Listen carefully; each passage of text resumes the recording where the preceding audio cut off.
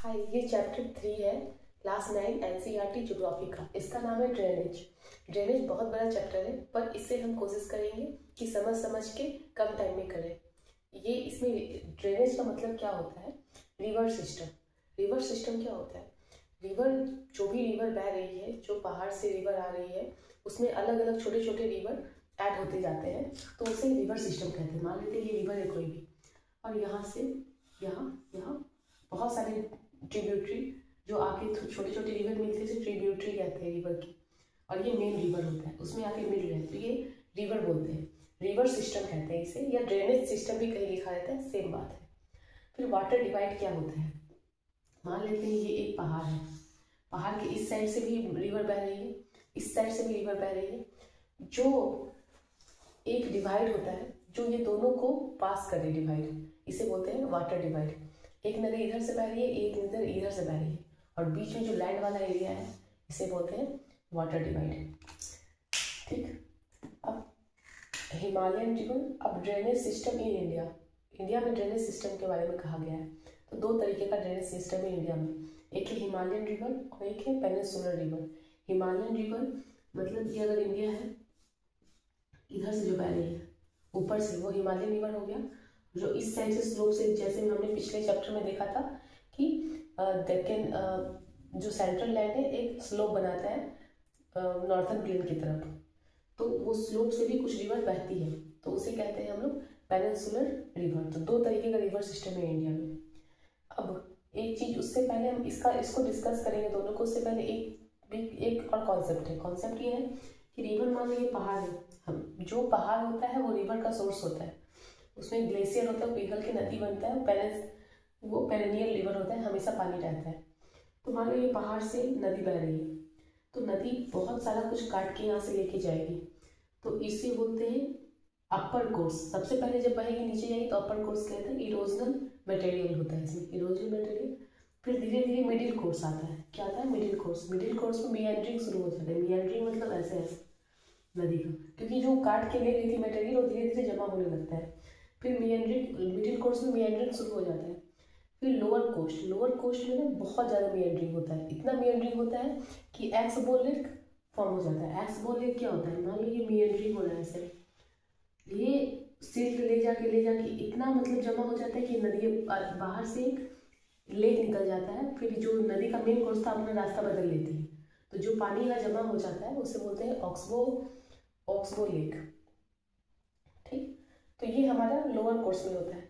फिर लास्ट में बहुत सारा मटेरियल जमा होते जाता है और बहुत सारा अलग अलग नली निकल जाती है, इसे डिस्ट्रीब्यूटरी कहते हैं।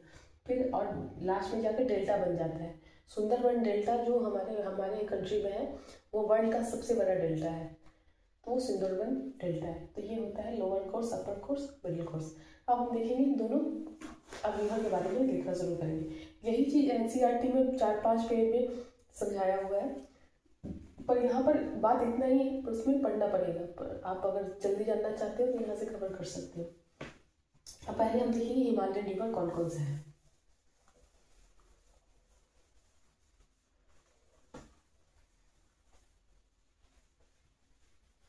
तो Himalayan river Ganga, Indus, Brahmaputra, 3 पहाड़ वाले इंडिया में। इंडिया रिवर सिस्टम के बारे में बात करें तो इंडिया के बारे में ही देखेंगे।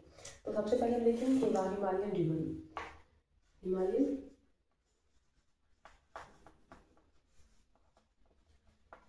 रिवर, तो हिमालयन रिवर में भी देखेंगे पहला इंडस रिवर के बारे में। 3 रिवर सिस्टम है इसमें, गंगा, इंडस और ब्रह्मपुत्र। तो पहले इंडस देखेंगे, इंडस रिवर सिस्टम।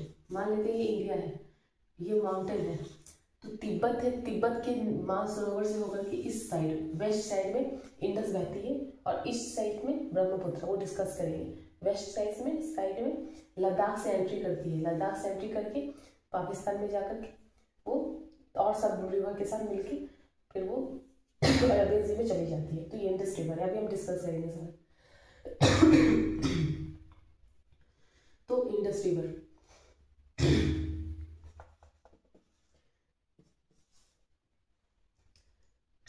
तो ये कहाँ से होकर निकलती है? Rise in Tibet near Mansarovar lake, Mansarovar lake, Tibet में मानसरोवर लेक है, उसी के पास से निकलती है। दूसरा बात ये है कि ये वेस्ट फ्लोइंग है, वेस्ट की तरफ बहती है, क्या है, waste flowing river.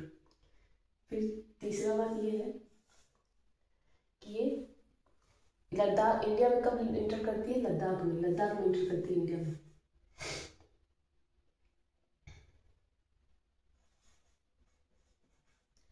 In India Ladakh में इंटर करती है। फिर चौथा बात ये है, इसके कुछ कुछ ट्रिब्यूटरी है, ये याद रखना, ट्रिब्यूटरीज, वह जास्कर, नुब्रा,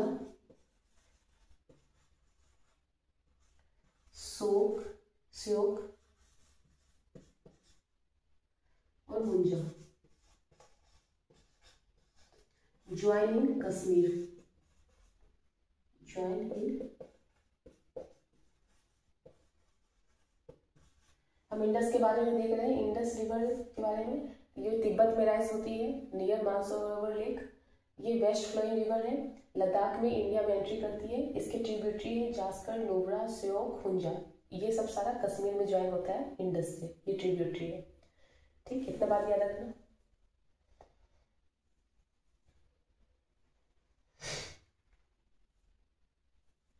अब ये पहाड़ से जमीन पर, जैसे गंगा है वो सबसे पहले प्लेन लैंड में हरिद्वार में उतरती है, उसी तरह जो इंडस रिवर है वो पाकिस्तान के एटोक में उतरती है प्लेन पे। तो वो जो पाकिस्तान का है बल्तिस्तान से होते हुए वो गिलजिस्तान से होते हुए फिर जाकर के एटोक में उतरते हैं, एटोक में। उसके बाद वो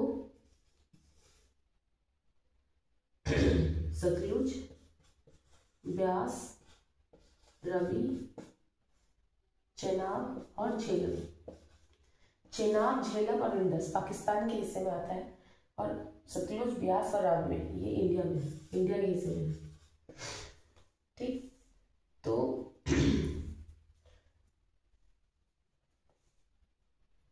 ये ज्वाइंट सारा मिलके ज्वाइन होता है मिथन कोट पाकिस्तान में। ठीक, फिर जाकर के कराची के ईस्ट में अरेबियन सी में बह जाती है, ईस्ट ऑफ कराची।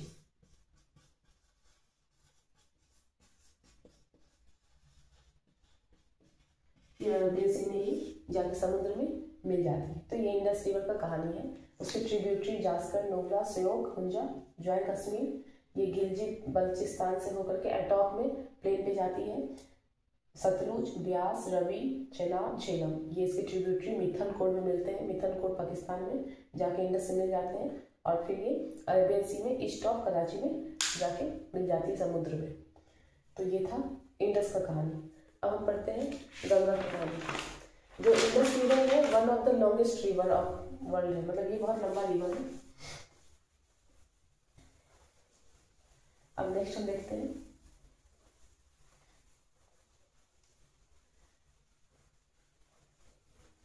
या इंडस के बारे में 2-3 बात और है, वो भी देख लेते हैं एक साथ।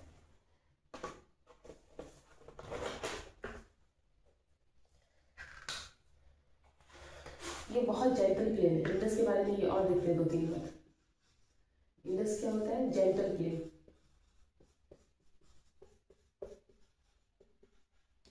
जेंटल प्लेन है मतलब बहुत कम स्लोप है इसमें, तो ज़्यादा ये लेके जाती होगी मटेरियल। इसका लेंथ कितना है टोटल, 2900 किलोमीटर। ठीक, one of the longest river of the world, one of the, बहुत सारा है इसमें से ये भी एक लॉन्गेस्ट रिवर है, the longest river of the world.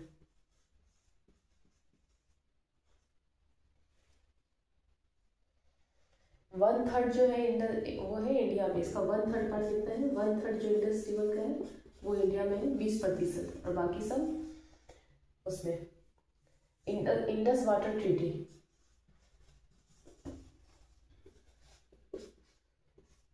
1960 में हुआ था इंडिया और पाकिस्तान के बीच में, जिसमें वर्ल्ड बैंक बिचौलिया थे, वो बोले थे कि जो झेलम, चेनाब और इंडस पाकिस्तान के हिस्से में रहेगा, ब्यास, सतलुज और रवि इंडिया के हिस्से में रहेगा। तो ये था इंडस वाटर ट्रीटी 1960 का। इसमें वर्ल्ड बैंक बीच में थे इंडिया और पाकिस्तान के सलाह इसको ट्रीटी को कराने में। तो ये था खत्म बात इसका इंडस रिवर का। अब हम लोग पढ़ेंगे गंगा रिवर सिस्टम।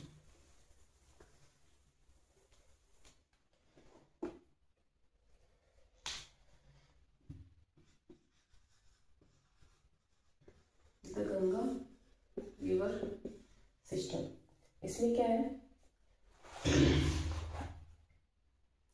गंगा कहाँ से निकलती है, ये गंगोत्री ग्लेशियर है उत्तराखंड में, तो वहां से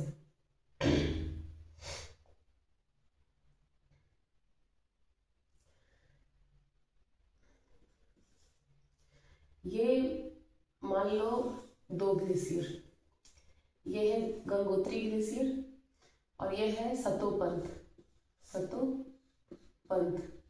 यहाँ से अलकनंदा निकलती है,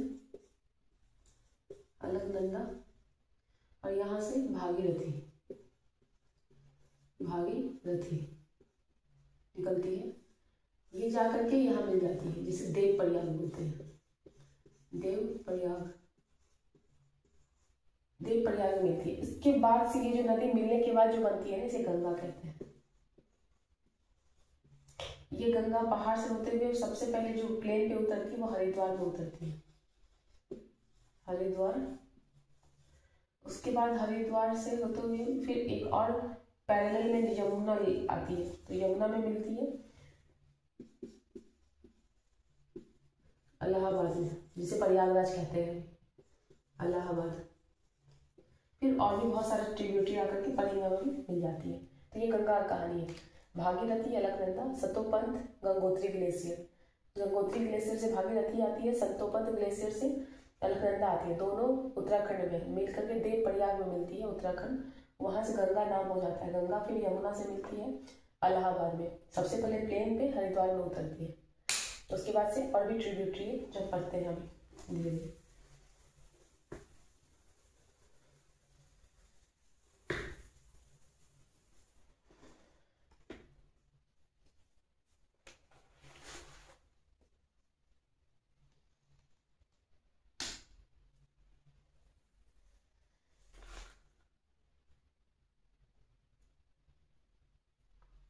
फिर वो इस तरह से बहते हुए 2 पार्ट में डिवाइड हो जाती है। इसे बोलते हैं हुगली, भागीरथी हुगली बोलते हैं, और ये गंगा। फिर ये जाकर के इधर मिल आ जाती है वेस्ट बंगाल में। जब ये वेस्ट बंगाल में एंट्री करती है, इसका नाम हो जाता है पद्मा। उधर से ब्रह्मपुत्र एंट्री करती है वेस्ट बंगाल में, उसका नाम हो जाता है जमुना। जब ये जमुना और पद्मा मिल जाती है और चली जाती है बे ऑफ बंगाल में, तो इस जब दोनों मिल जाती है इसका नाम हो जाता है मेघना। और वेस्ट बंगाल में जाके डेल्टा बनाती है। वेस्ट बंगाल में मतलब वहाँ पे बहुत सारे डेल्टा ट्रिब्यूटरी पास हो जाते हैं, तो इसे कहते हैं सुंदरबन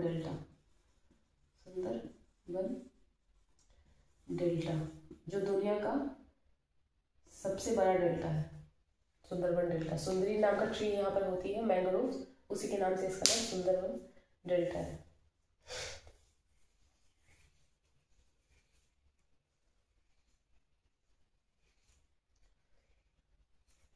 अब लेंथ ऑफ गंगा कितना है, लेंथ इसका है 2500 किलोमीटर, मतलब इंडस से थोड़ा छोटा है।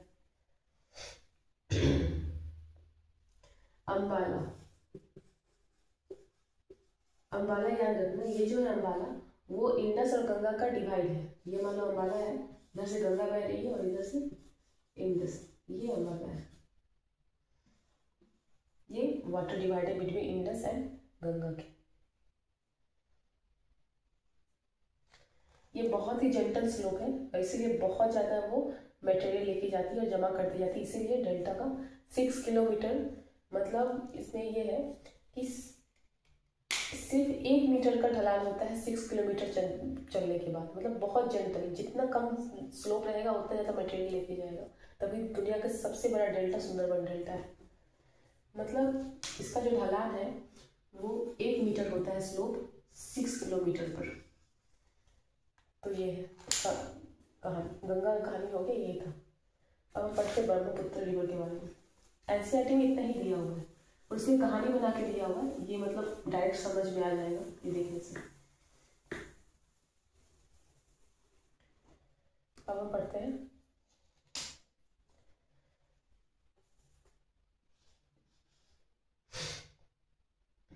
ब्रह्मपुत्र रिवर के बारे में।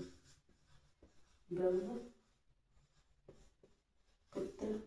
रिवर ये चाइना से होके आती है। ये भी कहाँ, मानसरोवर के पास से निकलती है, near Mansarovar. Rise in Tibet east of Mansarovar. Mansarovar lake है कैलाश में।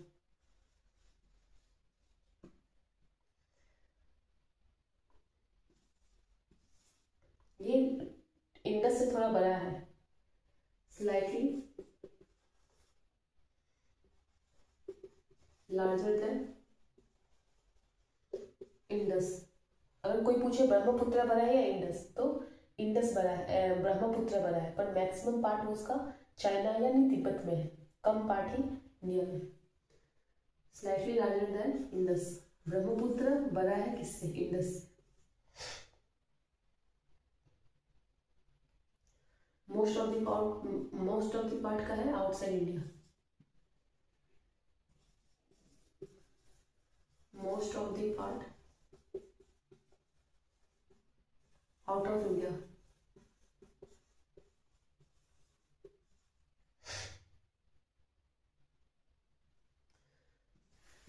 Flow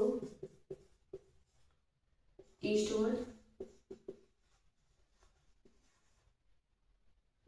parallel to Himalaya.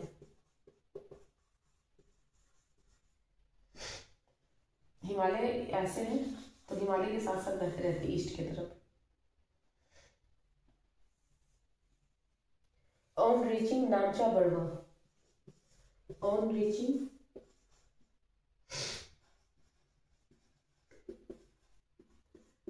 नामचा Barwa, ये ना पहाड़ है चाइना में। वहां पे पहुंचने के बाद ये मुड़ जाती है इंडिया की तरफ Brahmaputra. It take U turn लेती है। It take U turn and enter in India. कहाँ इंटर करती है? अरुणाचल प्रदेश में। थ्रू गॉर्जेस, थ्रू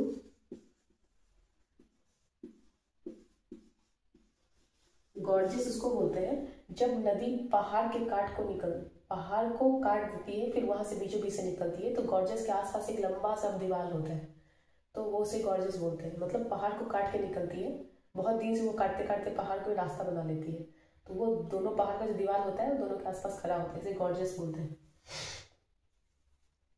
तो गॉर्जेस से होकर निकलती है यू टर्न करके, फिर वो अरुणाचल प्रदेश में ज्वाइन करती है दिबांग, लोहित, और भी बहुत सारा है, लोहित और अदर। धीरे धीरे हम देखेंगे कौन कौन सा। एक ही बार सारा ना याद नहीं होगा, इसलिए अभी एनसीईआरटी का 9th में इतना ही है। इसे जो ब्रह्मपुत्र है उसको अरुणाचल प्रदेश में दिहांग कहा जाता है। क्या कहा जाता है? दिहांग, अरुणाचल प्रदेश में। दिबांग एक अलग रिवर है, दिहांग अरुणाचल प्रदेश में ब्रह्मपुत्र को कहा जाता है।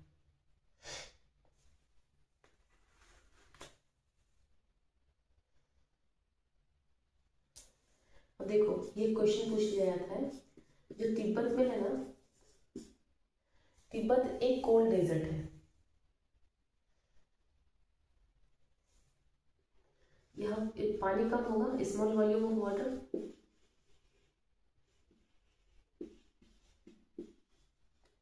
लेस सिल्ट, वहाँ कोल्ड ड्राई सीजन है तो पानी भी कम रहता है और सिल्ट भी कम लेके आएगी नदी। पर जैसे ही वो इंडिया में आती है तो उसमें बहुत सारा सिल्ट, बहुत ज़्यादा पानी भर जाता है, क्योंकि यहाँ बहुत बारिश होती है उस टाइम में, तो बहुत ज़्यादा होता है, तो बहुत सिल्ट बहुत लेके आती है। इतना सिल्ट हो जाता है कि एक लैंड बन जाता है, यानी आइसलैंड, रिवराइन आइसलैंड, जिसे मजूली कहते हैं।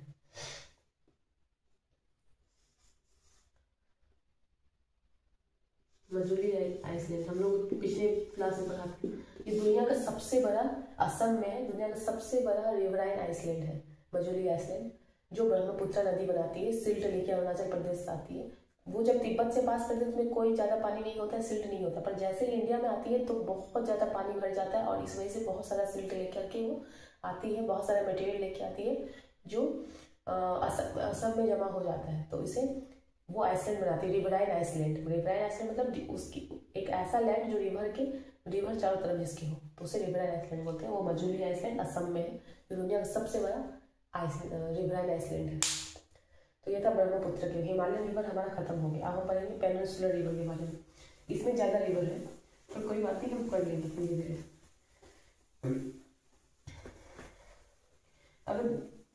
अगर आप लोग बोलोगे तो नेक्स्ट मतलब 2-2 पार्ट में करके कर लेंगे, पर अभी इसमें ज़रूरत नहीं है, थोड़ा ज़्यादा टाइम लगेगा, 10-15 मिनट लगेगा, पर इसमें ही हो जाएगा सेम वीडियो में। Peninsular river,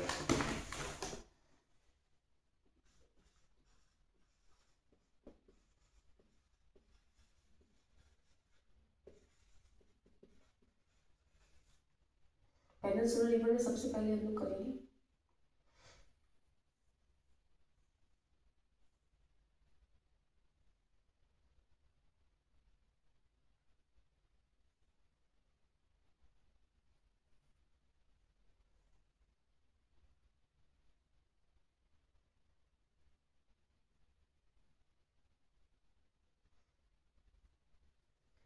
Narmada.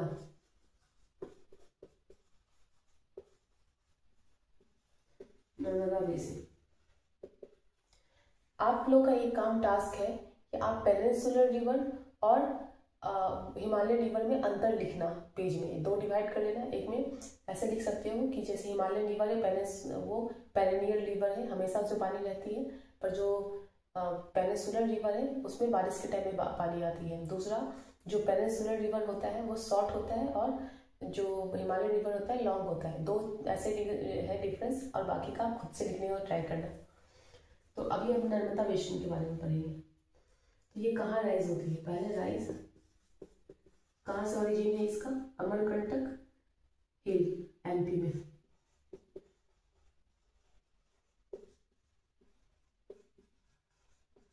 अमरकंटक हिल, मध्य प्रदेश। दूसरा है ये west rift valley, rift valley में ही फ्लो करते हैं। मान लो ये इंडिया है, इधर बहती है, यहाँ रिफ्ट वैली है, मतलब पहले के टाइम में कुछ हिला होगा ये वाला लैंड, इसकी वजह से यहाँ पे ये इस पार्ट में चला गया, ये इस पार्ट में चला गया, तो बीच में दरार हो गया, इस दरार में ही नर्मदा रिवर बहती है, रिफ्ट वैली में बहती है, अब जाके अरेबियन सी में मिल जाती है। ये west flowing 2-4 west flowing river है, एक नर्मदा है, तापी है, साबरमती है और माही है। अब ये मैप पे लोकेट करना। तो ये रिफ्ट वैली से होकर बहती है, अरेबियन सी में चली जाती है मिलके।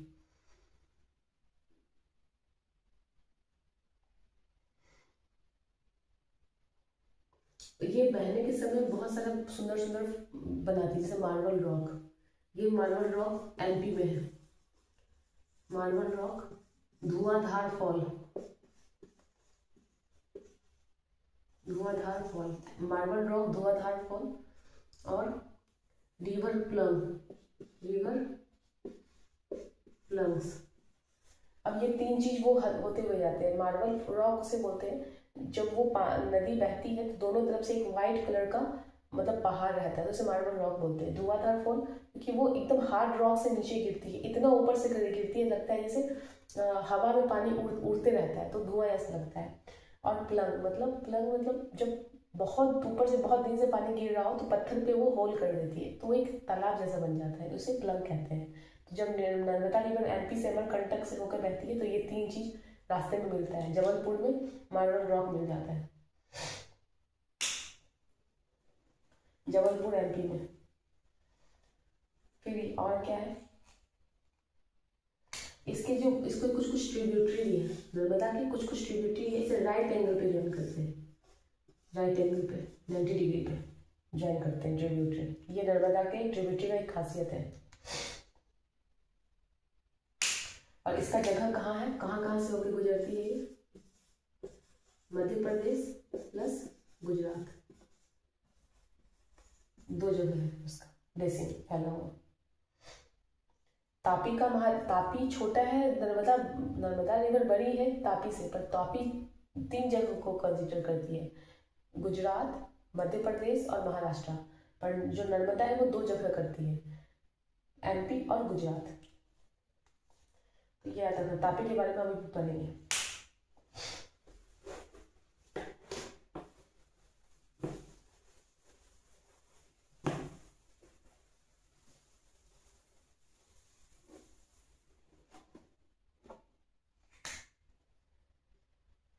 तापी, तापी रिवर छोटी है नर्मदा से। ये कहाँ से राइज होती है,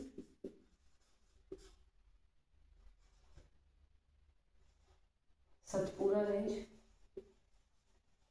Satpura range, Betul district of MP, Betul district, बात खत्म। Satpura range Betul district of MP, ये राइज होता है। Flow in the rift valley, ये भी कहाँ फ्लो होती है, रिफ्ट वैली में, in rift valley. Parallel to Narmada, parallel to Narmada, Narmada के पैरेलल में बहती है, पर ये छोटी रिवर है नर्मदा से। Short in length of Narmada, ये कहाँ से गुजरती है, एमपी, गुजरात और महाराष्ट्र, ये तीनों को कवर करती है, जबकि नर्मदा दो को करती है, एमपी और गुजरात।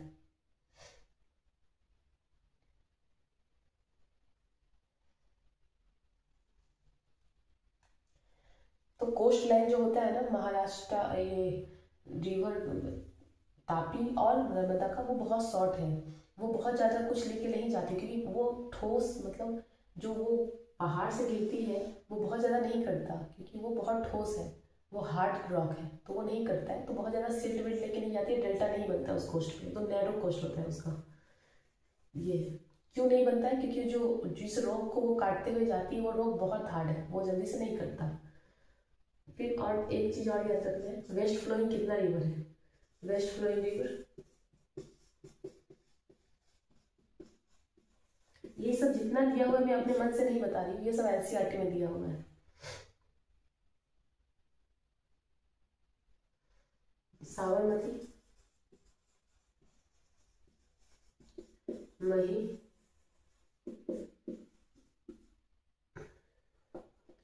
भारत, पूजा और परियार। मतलब नर्मदा और तापी के अलावा साबरमती, माही, भारत, पूजा और परियार, ये दोनों साउथ में केरला में है और ये गुजरात में है, तो ये मैप पे लोकेट करना। ये वेस्ट फ्लोइंग रिवर था।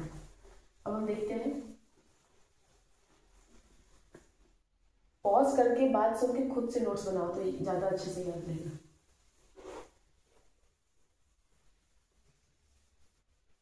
नेक्स्ट पेनिसुलर रिवर में हम देखेंगे गोदावरी बेसिन के बारे में। अब हम लोग ईस्ट फ्लोइंग, जैसे ये है ना, अब इधर वाली रिवर देखेंगे, तो सबसे पहले गोदावरी, गोदावरी बेसिन।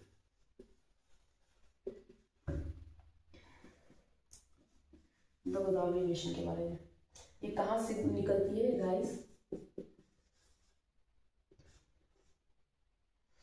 वेस्टर्न घाट से निकल के नासिक से, वेस्टर्न घाट नासिक से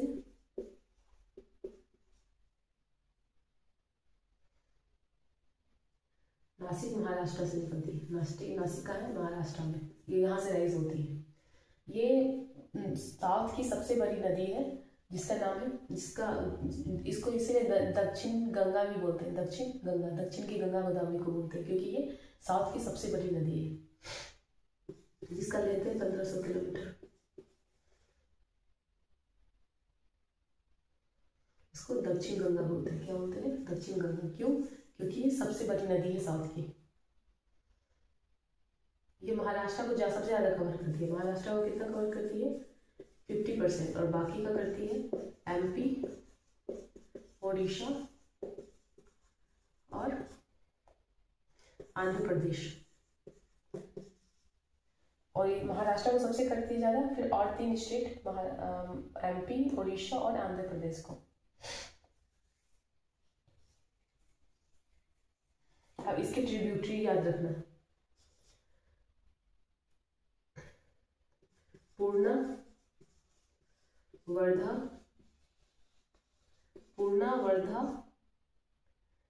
प्राणहिता,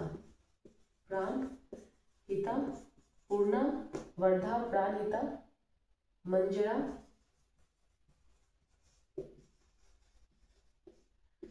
वैनगंगा और पेनगंगा। ये इंपॉर्टेंट ट्रिब्यूटरी है। वैसे और भी बहुत ट्रिब्यूटरी है, पर ये है पूर्णा, वर्धा, प्राणहिता, मंजरा, वैनगंगा, पेनगंगा। इसे मैप में लोकेट करना। तो ये था गोदावरी के बारे में। अब हम देखेंगे महानदी, महानदी विषय।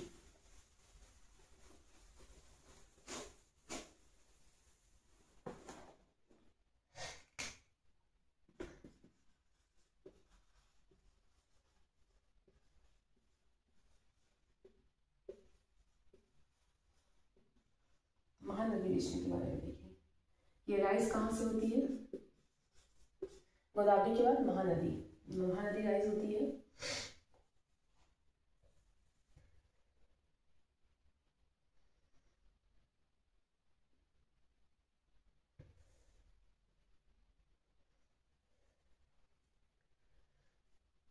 छत्तीसगढ़ और उड़ीसा से पास होती है। छत्तीसगढ़ से राइज होती है और उड़ीसा से पास होती है। बस इतना ही है इसका, महानदी का। और बे ऑफ बंगाल में जाके मिल जाती है।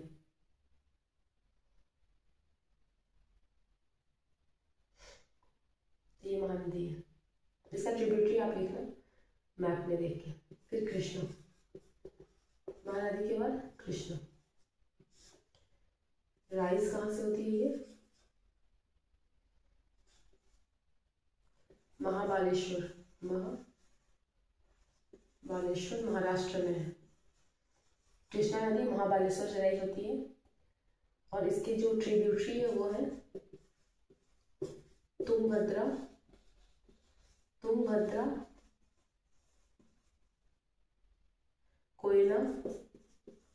कोयना कहाँ है? आप ये सारा लोकेट करना। तुंगभद्रा, कोयना, घटप्रभा, मूसी रिवर, भीमा, तो ये सब उसके ये हैं ट्रिब्यूटरी है। इसका बेसिन कौन कौन से स्टेट को कवर करती है? तो महाराष्ट्र, कर्नाटका और आंध्र प्रदेश का। तो ये है कृष्णा रिवर के बारे में। अब हम नेक्स्ट देखते हैं ट्रिब्यूटरी तुंगभद्रा, कोयना, घटप्रभा, मूसी, भीमा, महाराष्ट्र, कर्नाटका और आंध्र प्रदेश को ये शेयर करती है बेसिन।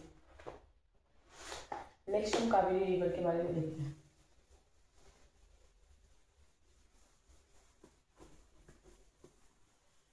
जो मेन रिवर है साउथ का ये कर रहे हैं। कौन कौन सा कर लिया? गोदावरी, कृष्णा और कावेरी कर रहे हैं। महानदी, गोदावरी, महानदी, कृष्णा हो गया। भी अब कावेरी करेंगे। कावेरी सबसे साउथ में है। Kaveri basin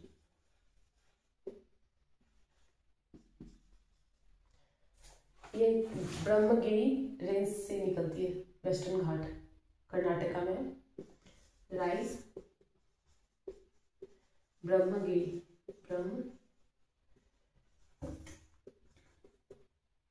range, western Ghat.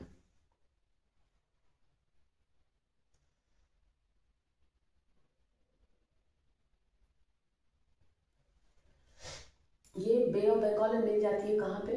Bay of Bengal में मिल जाती है तमिलनाडु के पास एक जगह है जिसका नाम है कुड्डू।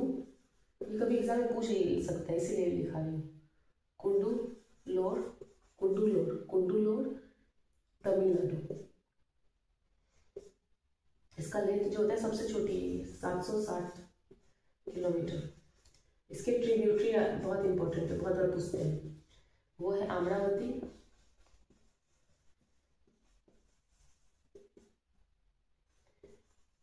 भवानी, हेमावती, काबिनी।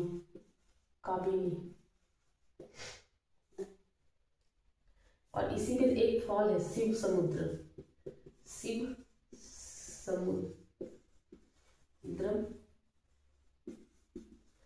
फॉल, जो सेकेंड बिगेस्ट वाटरफॉल है इन इंडिया। आप फर्स्ट बताना कौन सा है। आप ये सेकेंड थोड़ा सर्च करो खुद भी। ये सेकेंड है शिव समुद्रम फॉल, सेकेंड लार्जेस्ट फॉल है इंडिया में। तो पहला बताना आप, बिगेस्ट फॉल है। तो ये हमारा पेनिनसुलर रिवर खत्म हो गया। अब कुछ रिवर और हैं जो बहती है वहाँ छोटा नागपुर से होकर के। तो वो है छोटा नागपुर प्लेट्यू से। जैसे कि मान लो ईस्ट की तरफ ही बहती है, जैसे दामोदर,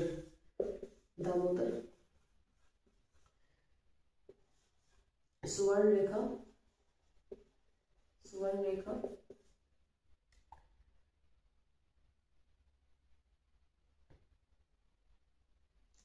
बैतरणी,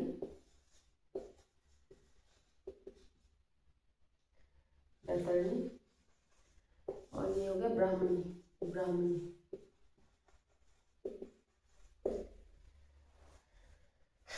ब्राह्मणी झारखंड से, सुवर्णरेखा झारखंड, दामोदर झारखंड, बैतरणी उड़ीसा से बहती है। तो ये बे ऑफ बंगाल में मिल जाती है। ईस्ट फ्लोइंग रिवर है, छोटी रिवर है ये। तो रिवर के बारे में खत्म हो गया, कुछ लेक्स के बारे में है।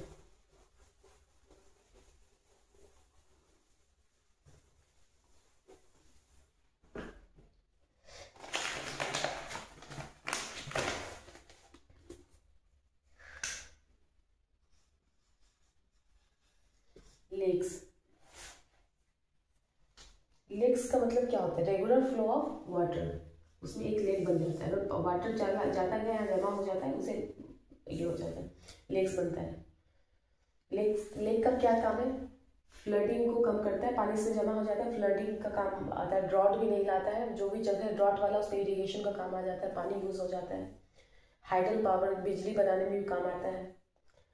फिर क्लाइमेट कंट्रोल रखता है, एक्वाटिक फिश उसके लिए जगह बढ़िया होता है। तो ये सब उसके फायदे हैं। फायदे लिख लो क्या क्या है, देखो। फ्लड कंट्रोल,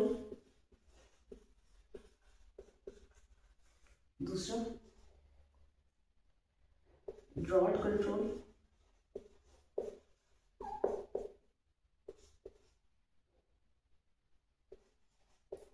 नेक्स्ट है हाइडल पावर, मॉडरेट क्लाइमेट, जहां पानी होता है वहां क्लाइमेट बढ़िया होता है, मॉडरेट क्लाइमेट रखता है लेक।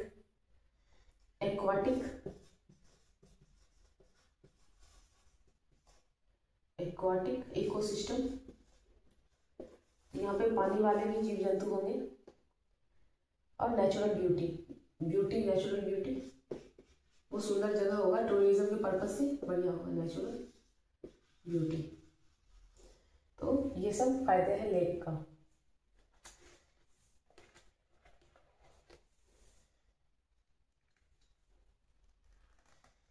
तो ये लेक खत्म हो गया। अब है कि जो रिवर है उसको इकोनॉमी में कैसे फायदेमंद है।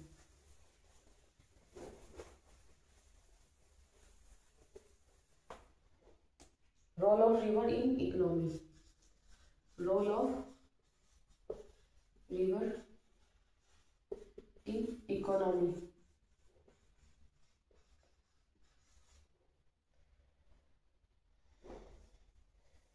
तो जहाँ पे एग्रीकल्चर बढ़िया होगा, रिवर होगा तो इंडस्ट्री बढ़िया होगा। एग्रीकल्चर, इंडस्ट्री और एनर्जी, तीन चीजें, एग्रीकल्चर, इंडस्ट्री और एनर्जी, हाइडल पावर एनर्जी, जो पानी से बिजली बनता है, एनर्जी, तीन चीज इकोनॉमी में कंट्रीब्यूट कर सकता है। तीन चीज याद रखना है। फिर पर आजकल हम लोग क्या कर रहे हैं, रिवर को पॉल्यूशन हो रहा है, रिवर पॉल्यूशन। पॉल्यूशन क्यों हो रहा है? पॉपुलेशन की वजह से ओवर यूज हो जा रहा है, ओवर यूज, कंटामिनेंट, पानी को गंदा कर रहे हैं, कंटामिनेंट। दो तरीके से कंटामिनेंट होता है, इंडस्ट्री का और हाउस होल्ड।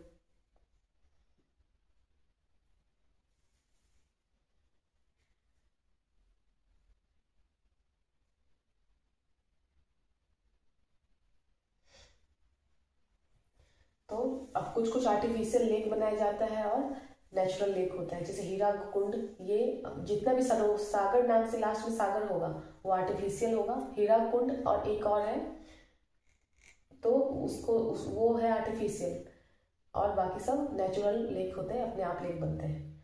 तो ये सब है। अब अगर कहा जाए इसको कंजर्व कैसे किया जा सकता है, तो ओवर यूज को बचा करके ज़्यादा फालतू का यूज नहीं कर सकते, पानी को कंटामिनेट नहीं करना चाहिए। तो ये सब जो जो प्रॉब्लम है उसी को सॉल्व कर देंगे, तो ये हो जाएगा कंजर्वेशन। तो हो गया, एग्रीकल्चर, इंडस्ट्री और एनर्जी में यूज होता है। तो ये था ड्रेनेज सिस्टम। अगर फिर भी कुछ डाउट होगा कोई भी किसी भी पार्ट में यहाँ पे, तो आप बताना, मैं इसे अगला वीडियो में बता दूंगी। Thank you.